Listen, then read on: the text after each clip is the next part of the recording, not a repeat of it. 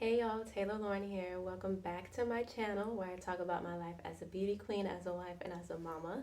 Today I'm going to be sharing with y'all my experience as an egg donor thus far, answer any frequently asked questions, how the process has been, what made me want to become an egg donor, and all of that kind of stuff. So if that kind of content interests you, then just keep on watching.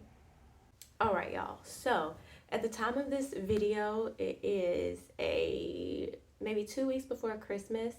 By the time y'all see it in mid-January, I will probably just have finished my egg donation cycle. So this is part one, and I will try to do a bit of vlogging the day of my egg retrieval, the day of my surgery, and just kind of leading up to that, and that'll be like a part two for y'all.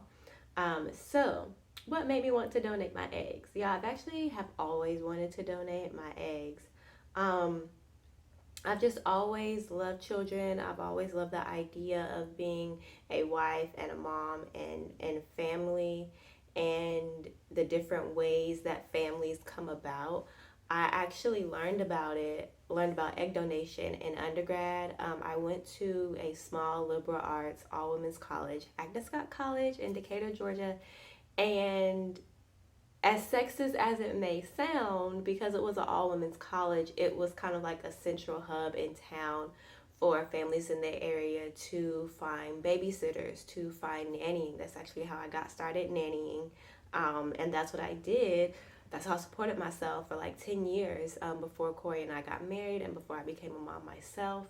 And a lot of fertility clinics would actually come and set up tables and informationals on campus to try to get girls to sign up to donate their eggs. Similar to how when you go to college and people try to get you to sign up for credit cards, at my school there were fertility clinics trying to get you to donate your eggs.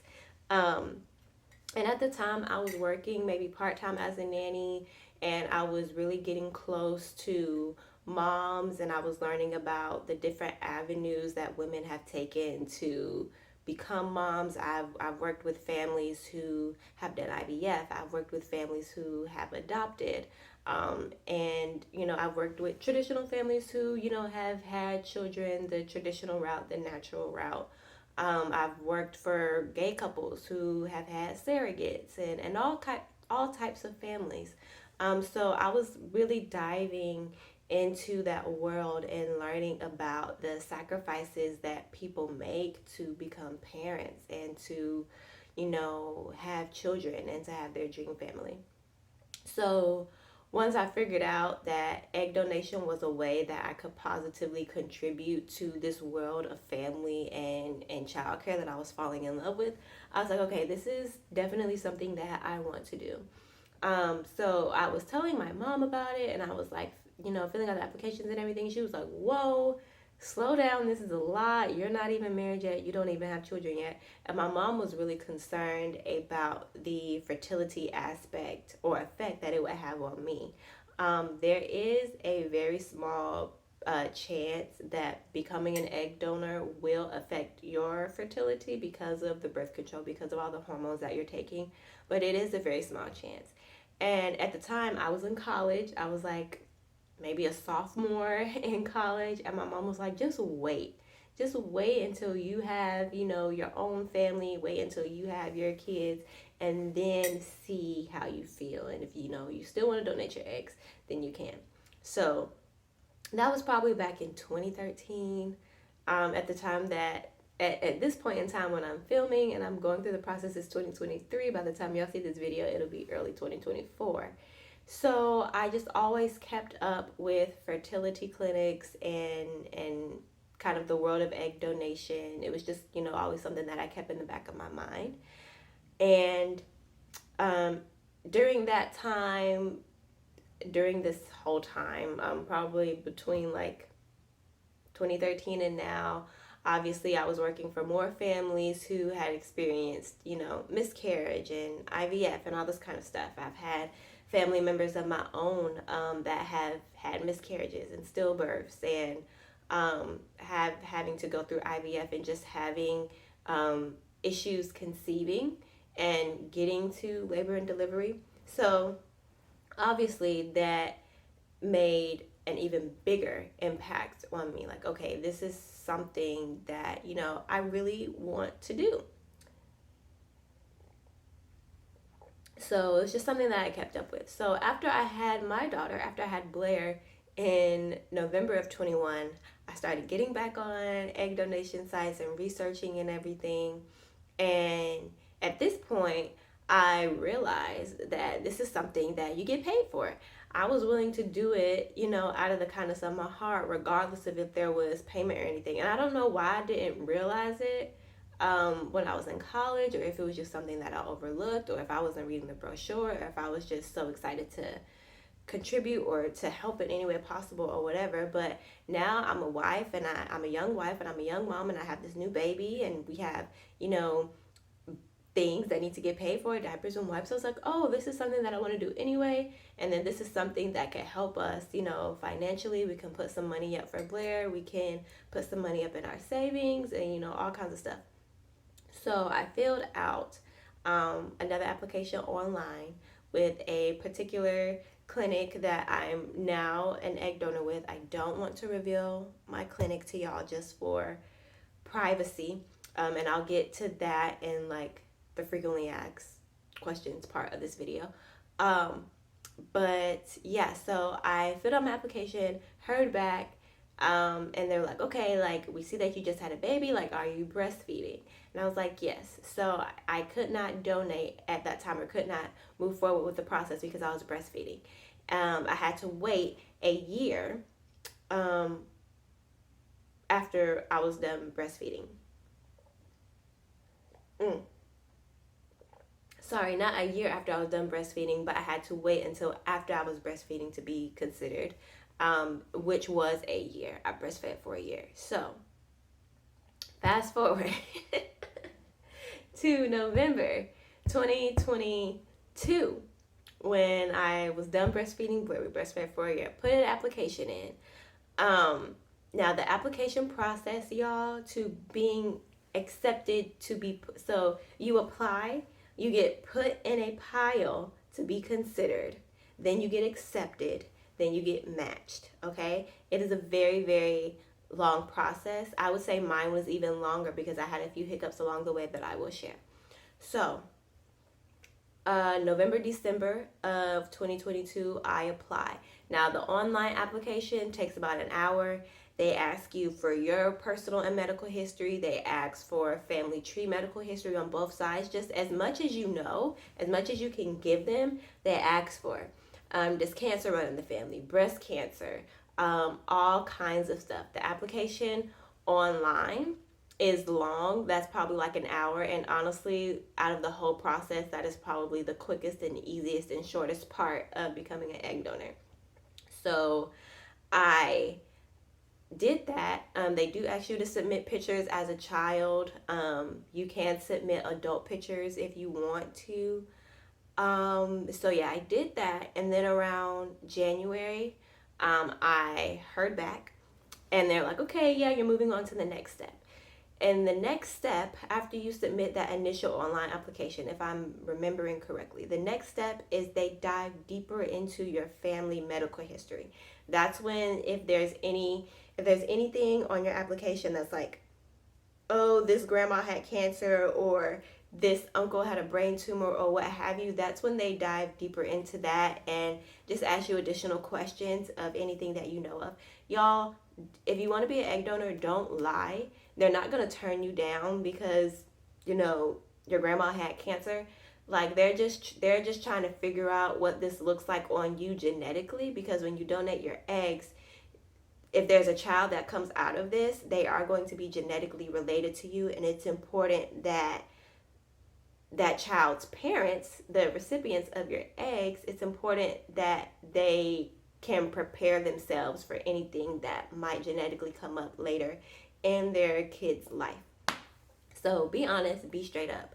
So once I got through that, of like digging deeper and peeling back the layers of family genetic and medical history, then I was accepted. That was maybe around February, March, and I was preparing to go in for my first ultrasound appointment. Now, technically, I have not been accepted as an egg donor yet.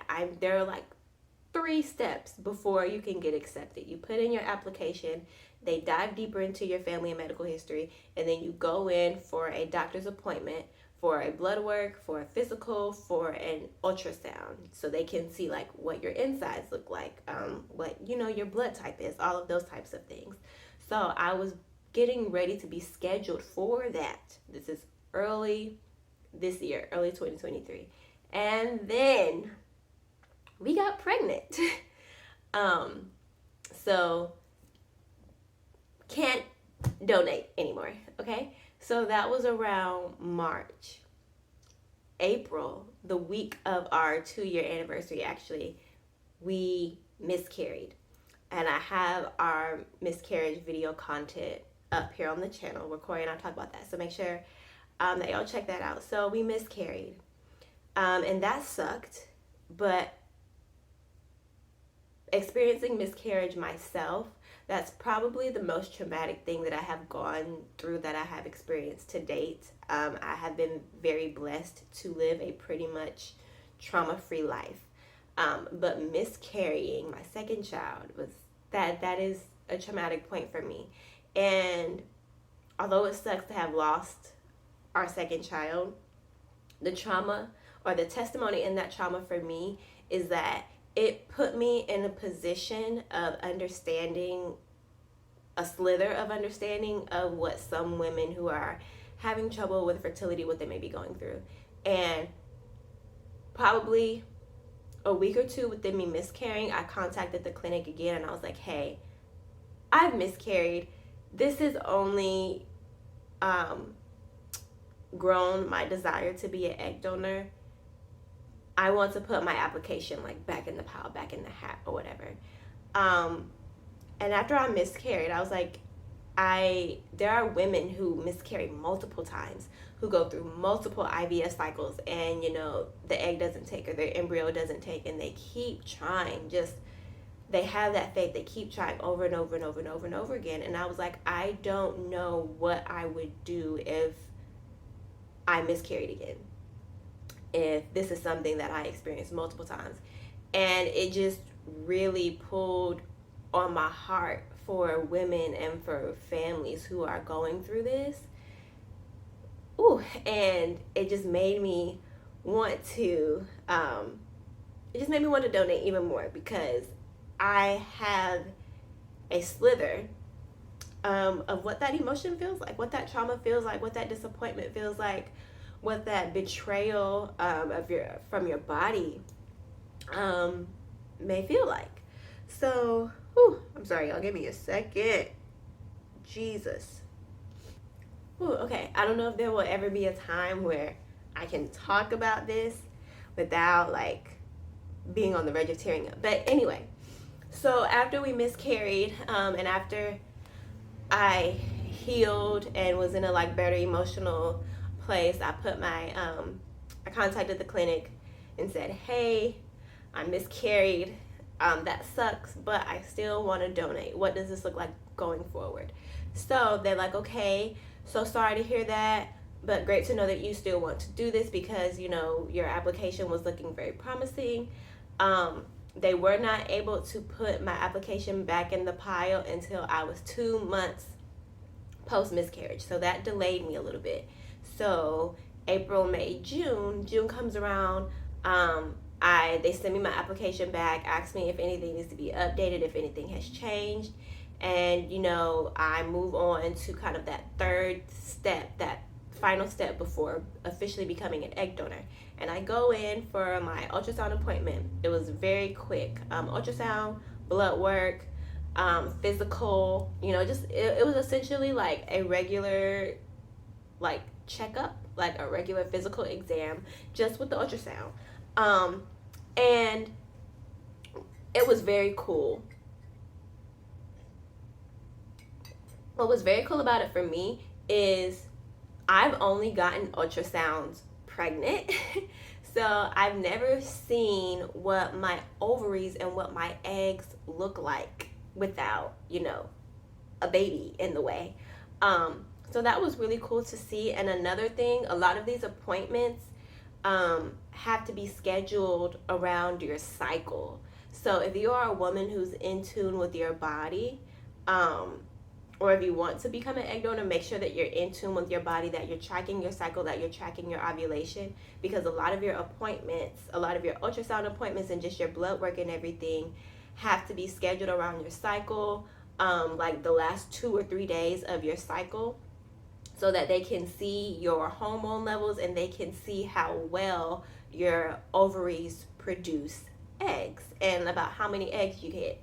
So this first appointment that I had, I was able to see my eggs and the follicles and my ovaries, and there were like a few in there, and she was like, oh, you produce well and everything like that, like essentially like, you're fertile. And that was very affirming for me, especially coming off of like a miscarriage and just kind of having that doubt in my body's capability. So that was really cool to see. I think that has been like my favorite part of becoming an egg donor, is seeing my ultrasounds and like literally seeing like my eggs. It's been so cool. So once everything cleared for that and came back okay medically, then I got the official email that, hey, you are an egg donor. It was so fun. And then I'm trying to remember what happened after that. So after I got that official email, I had more appointments. There were a lot of blood work appointments and a few more ultrasound appointments, all scheduled around those last couple of days of my cycle so that my production could be seen. Now, if y'all want to be an egg donor, it's very important. And y'all, these appointments are scheduled, like they let you know when the appointment is. It's not like, okay, like, hey, in a month you have this appointment. These appointments are scheduled like 2 or 3 days in advance. And when you become an egg donor, when you get officially accepted, you are assigned kind of an egg donor nurse or liaison, that you communicate with, that you email. And I was probably communicating with this woman more than my husband at times, but you have to update them on everything. Like as soon as my cycle started, I would email her. Like I'll go to the bathroom, I'm bleeding, grab my phone, email her, hey girl, my period started. Like that was literally the email that I would send her. That's literally how it works. And you have to let them know as soon as your cycle comes, because that's how they schedule the appointments. So the appointments are scheduled like 2 or 3 days in advance, typically in the morning. And so with that, you have to have some flexibility. That's why I think most egg donors, from the research that I have done and have seen, are either students or like in a stay-at-home mom situation like me. If you have a demanding job, if you don't have a lot of flexibility, becoming an egg donor may not be the best thing for you, because you have to be flexible with these appointments. You have to be very communicative. Like you have to have some spare time. So I would text my egg donor liaison nurse girl, hey, my period started. She would schedule the appointments for me.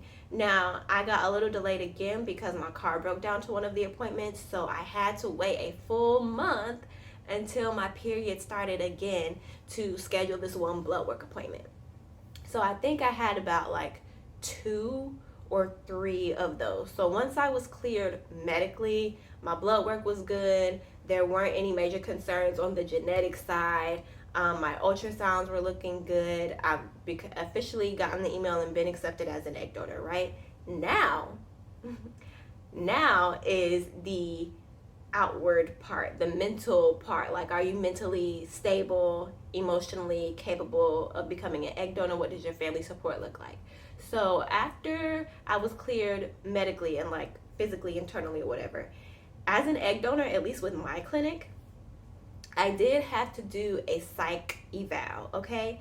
Me and my husband had to do a psych eval. They do ask you, are you in a committed relationship? Are you married? If you are, your partner has to participate in this psych eval with you, because they want to make sure that you are supported, and they want to make sure that your partner understands what you're about to put your body through, especially if y'all don't have kids yet, or if you want to have kids one day or whatever.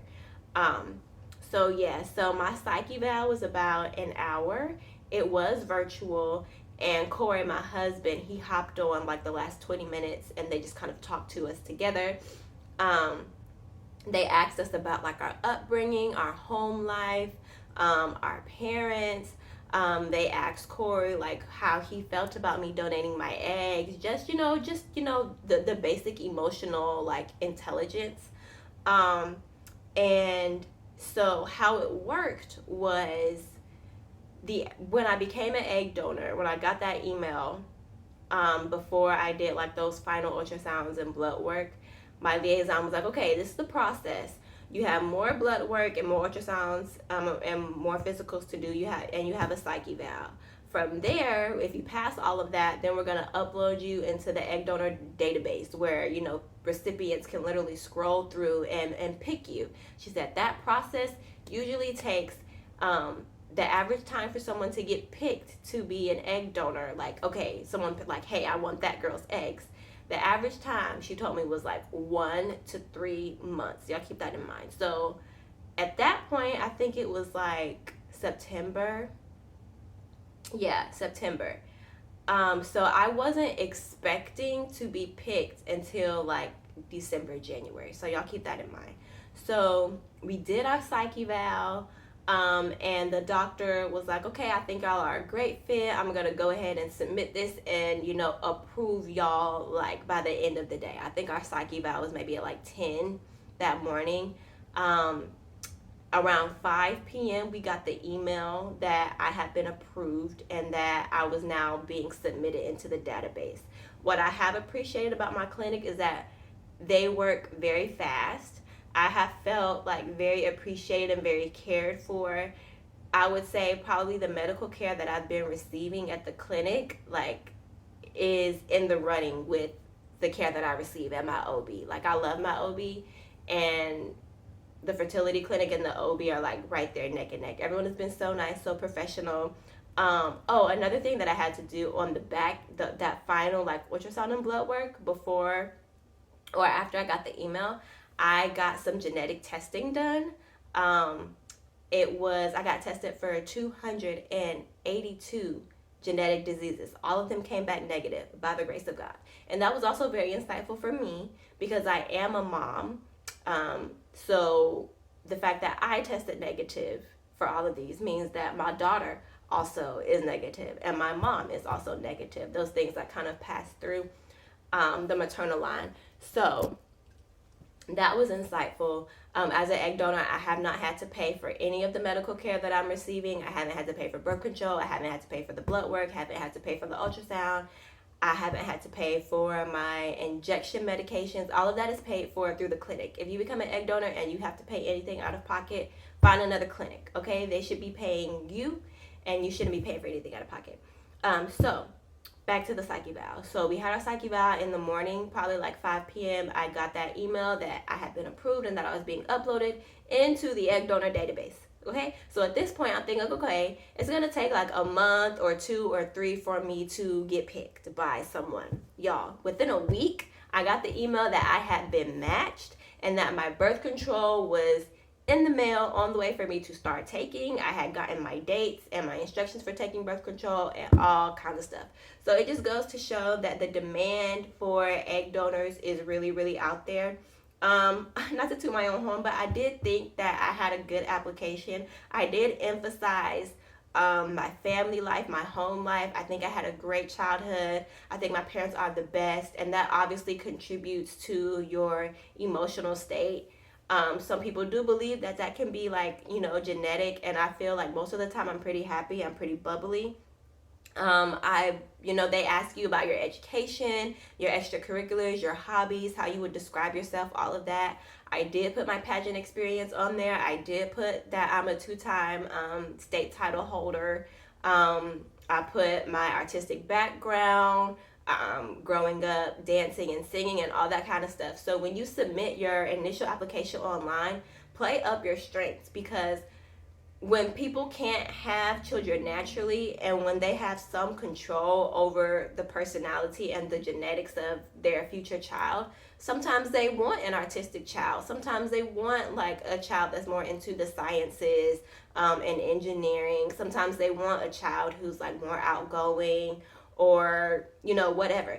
So make sure that you play on your strengths, because there could be somebody out there that is looking for the characteristics that you have. So within a week of me being uploaded into the database, I was picked, and I was assigned a new nurse. So you have like your in the process of becoming an egg donor nurse, and then once you are official and you're uploaded into the database, you switch nurses. You switch to an like actual egg donor nurse.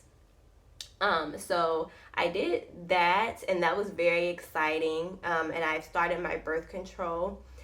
Now I am in the process, and so when I started my birth control, so they're like, okay, somebody picked you, you're gonna be on birth control so that you can sync up with, the recipient, the potential mom, so that when they take my eggs and put them in her, or give them to her, or they freeze them, or whatever they plan on doing, our bodies will be in sync as much as possible, so that the eggs have the best chance of taking to her body, into her system, right? So the birth control that I've been on, the recipient mother has also been on them.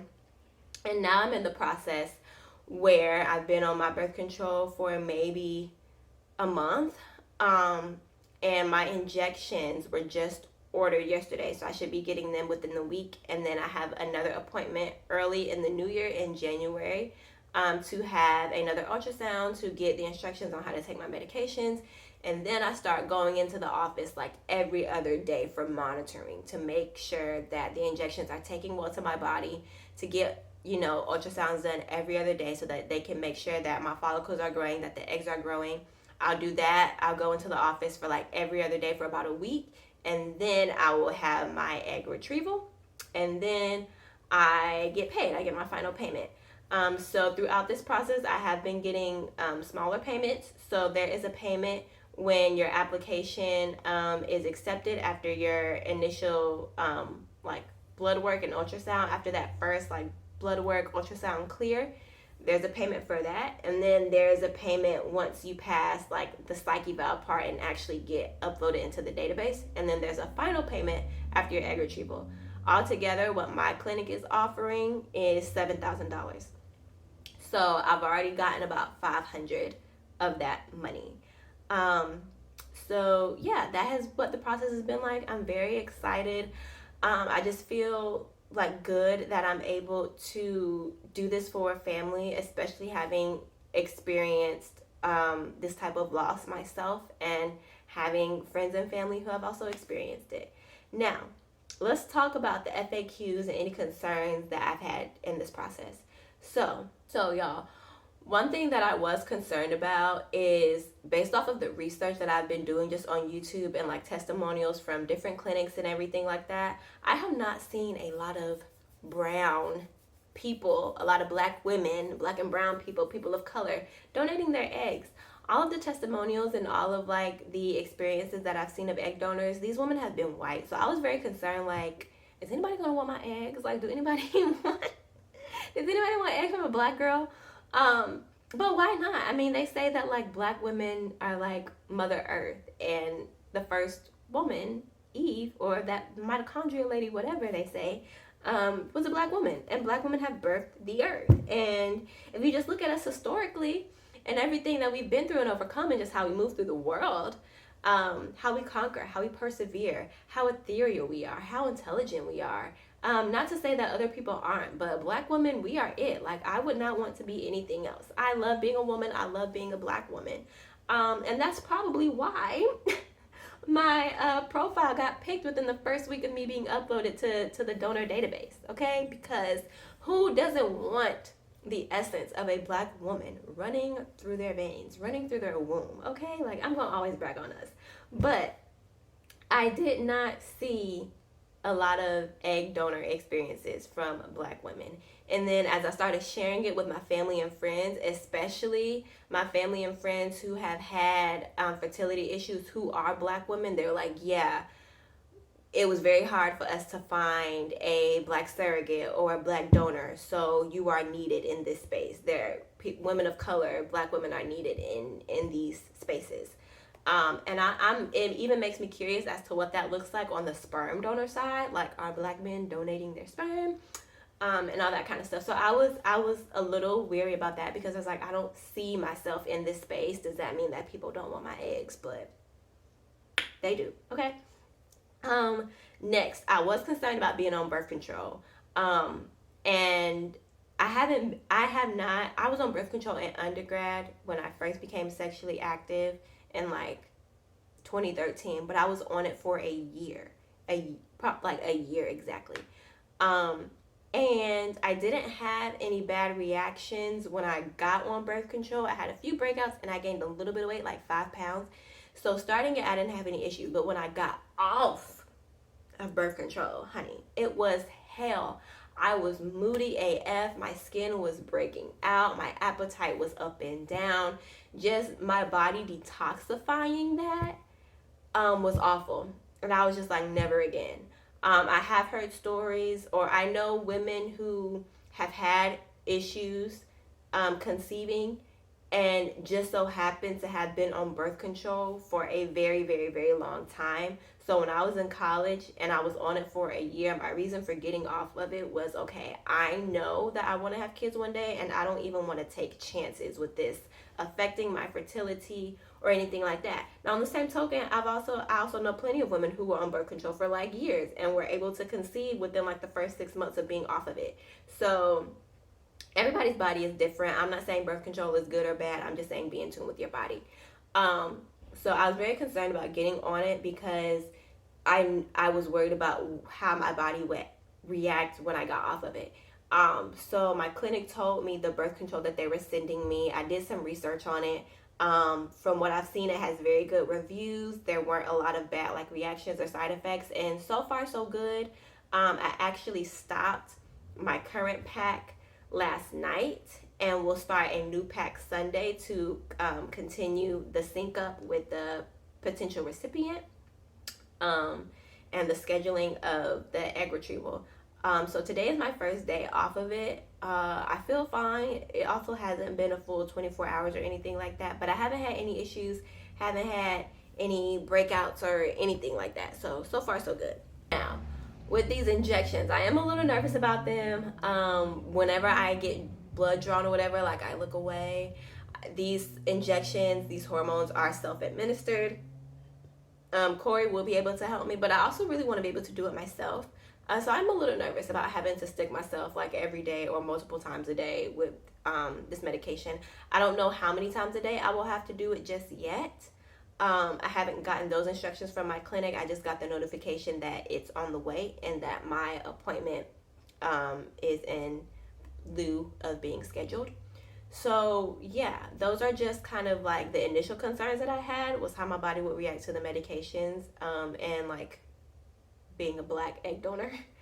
But so far that's it. Now, a lot of people have asked me, oh, does egg donation like affect your fertility? Are you worried about like having more kids? And there is a small chance that it could affect your fertility because you are like, your body is going through so many, like you're on a lot of drugs, a lot of hormones. And from the research that I've seen, a lot of egg donors are already moms. So they're already comfortable with their family makeup and how many kids that they have. So if their fertility were to be affected, it wouldn't be a big deal for them. That's kind of where I am now. We're very happy with just Blair. If we have more kids, we do. If we don't, we don't. Yeah, we're just kind of like, up in the air about it. Still just kind of deciding and getting over that little bit of doubt or reservation that we have. There's so many layers to healing from loss and to healing from, a miscarriage. So yeah, we're very happy with it just being the three of us. And if another baby comes along, we'll be happy about that too.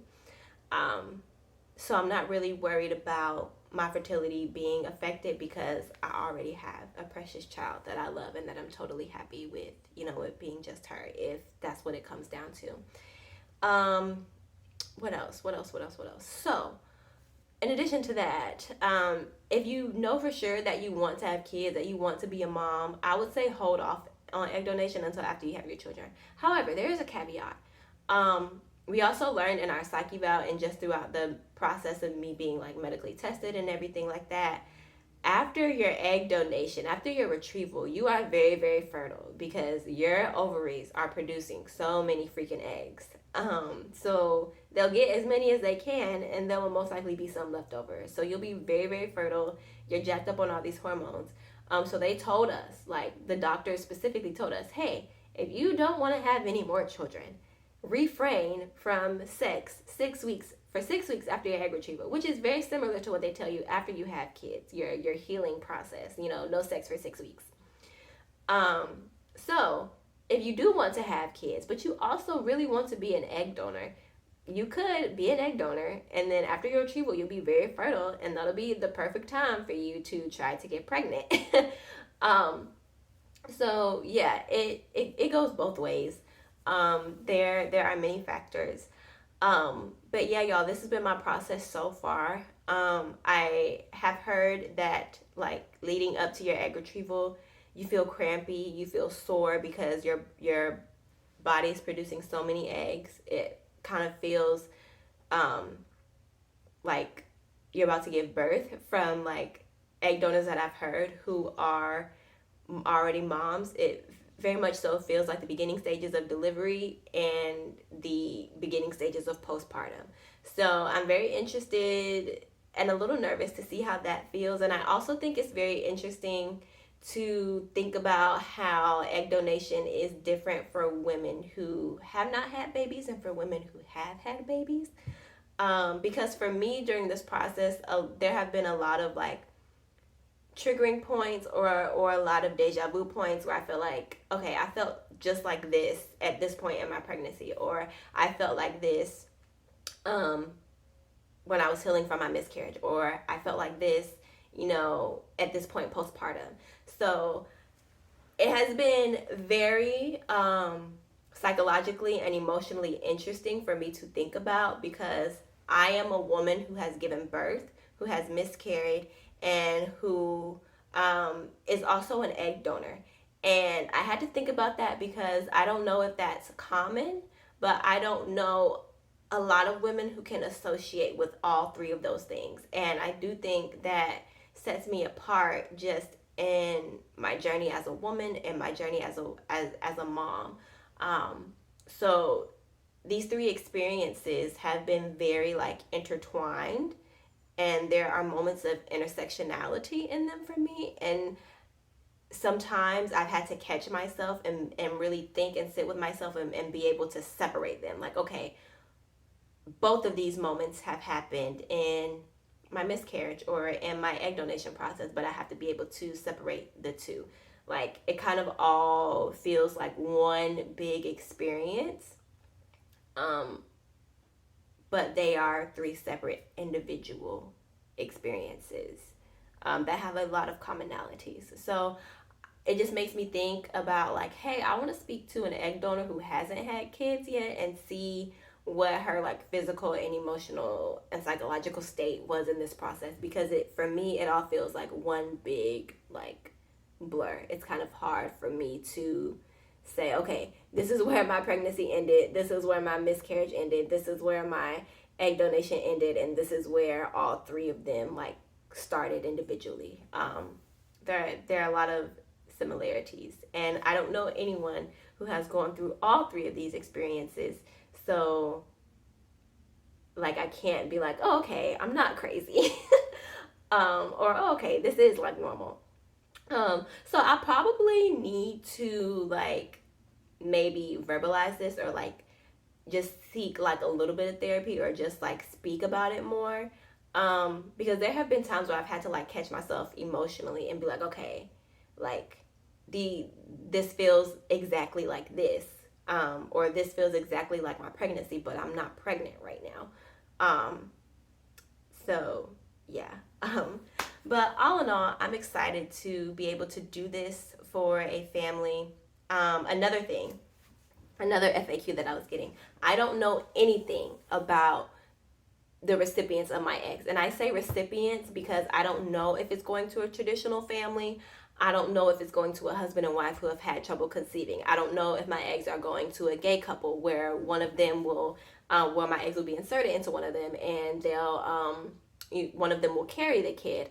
Like a gay female couple. I don't know if they're going to a couple who will freeze my eggs and then, try to conceive at a later point. Like, I don't know anything about them. They don't know anything about me except for what is on my profile and like my baby pictures and all that kind of stuff. I have no control over what happens to my eggs. I cannot say, hey, I want them to go to a gay couple, or I want them to go to a traditional couple, or I want them to be frozen. That is completely up to the recipients, what they choose to do with my eggs once they are out of my body.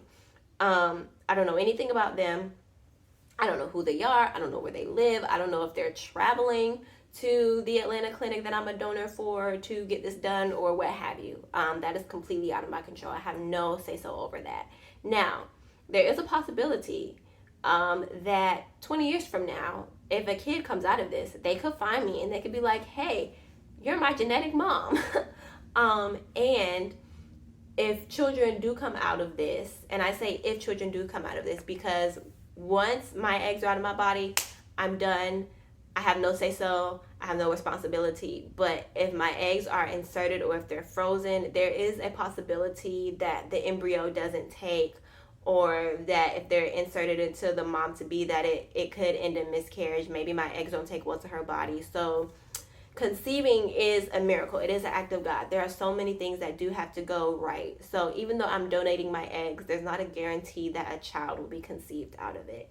But if a child is conceived, there is a chance that 20 years from now they could find me and everything like that. That's not something that I really have an issue with. This child will be, if a child does come out of this, or if children do come out of this, because they'll be taking as many eggs as they can. If a child or children do come out of this, they will be genetically related to me, and they will be genetically related to my daughter, Blair. They won't be genetically related to my husband because it's not his sperm that is involved in this in any type of way. It'll just be a genetic relation in the maternal line. This won't be my child. I can't be like, hey, I want this baby, or like file for custody or anything like that. It will just be solely a genetic relation because it will involve like that partner or person, like the dad's sperm or whatever, if they decide to go that route, if it is a traditional couple.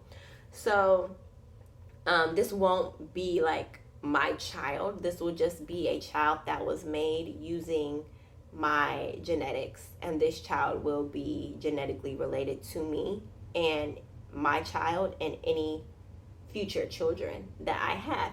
And it is possible that, they could find me and maybe just want to have a relationship or get to know me or whatever. They did ask us about that in our psych eval. Like the clinic won't release any of my information, but in this day and age of social media, I could easily be found. And they asked me how I felt about that, how Corey felt about that. And we were like, that's fine. Like if they want to just like say, hey, and be like, hey, you're my genetic mom, I want to have a relationship with you, or whatever, we're fine with that. Or even if something comes up where if there's like a genetic disease, or if blood transfusion is needed, or if they need bone marrow from me or something like that, like if we can help in that way, obviously without it being detrimental to our family and whatever we have going on in life at that time, then that's cool. I think if I was a child that was conceived out of egg donation, or if I was adopted or whatever, I would want to know something about that genetic lineage or my birth parents or whatever. So yeah, I think that's also a frequently asked question that I was getting, like, what if they find me? Do I have any control? no. There's a possibility that they can find me, but I have no control over what happens to my eggs. And then also there's a possibility, let's say they get like 40 eggs from me.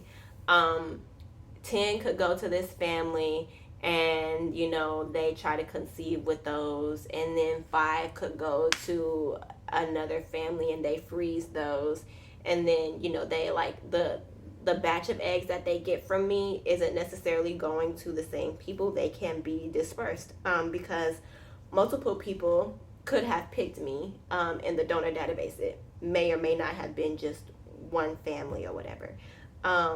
So yeah, I'm just donating so that people can take the best route for them to starting a family. I have no control or no say-so on what that route is, and I'm totally comfortable with that. I wouldn't want anyone telling me what my restrictions are to starting my family, so I'm not gonna do that to nobody else. So yeah, y'all, that is kind of the bulk of my experience thus far. This is part 1. I think I'm gonna do a part 2, just showing you guys injections and probably vlogging at the clinic and everything like that.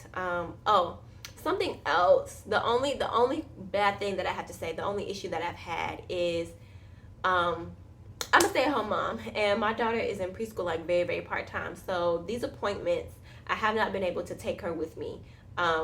Leading up to this, these like once a month appointments that I've had on my cycle, I haven't been able to take her. And when I have these like every other day appointments to monitor how my body's taken to the medications and how my eggs are growing and everything, I can't take her to those either.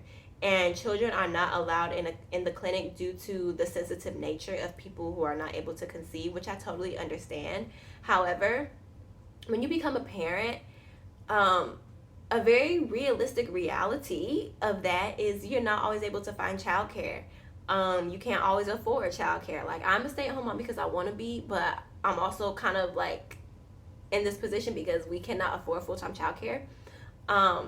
So that's a big reality. Now, I would imagine if you're paying for IVF, you can afford, a nanny, or you can afford, preschool or what have you. But that's not the situation for everyone, and it's also not something that people want to do. Like, we can't afford full-time childcare, but I also don't want to put Blair in full-time childcare yet. I would just like something a little more part-time than what we're doing now. She's in preschool 2 days a week. She won't be able to go next year. She won't be able to go 4 days a week until next year, because she has a late birthday, which is totally fine. Like, we're almost there. But I wish that the clinic had like a playroom or something, because I understand being triggered for your infertility loss. However, that triggering can happen if you're at the grocery store. It can happen if you're at the doctor's office. It can happen if you're out and about. It can happen anywhere. And I think that's just a reality of trying to become a parent that we all have to face. And I don't think that you should tell people, hey, your kids can't be here because these people haven't been able to have their kids yet. I think if anything, like, people would look at me and see that I'm a child, or see that I have a child, but they wouldn't know that I also have had a miscarriage. So you never know what you never know what people have gone through to get what you also want. And I think that's a moment of building community and providing hope to people. And yeah, I just think that, if you want to become a parent, like, a big reality of that is, you're not always going to be able to have childcare. And also being that a lot of egg donors are already moms, like, you want these people, or you want these women to donate their eggs, but at what may be an inconvenience to them to try to find childcare that they can't afford, or that they may not have access to, but you want me to donate my eggs to you.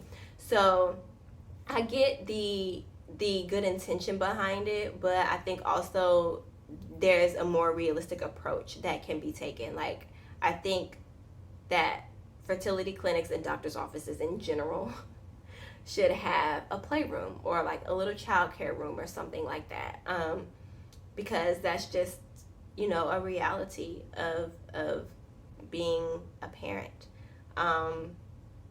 So yeah, that's the only thing that I haven't liked, is that, these appointments are like in the city, They're probably like 45 minutes from where I live, and then they take the actual appointment may take up to an hour. So I have to find childcare for 3 hours in the middle of the day, in the middle of the week, and I can't take my kid for the sake of, you know, someone else's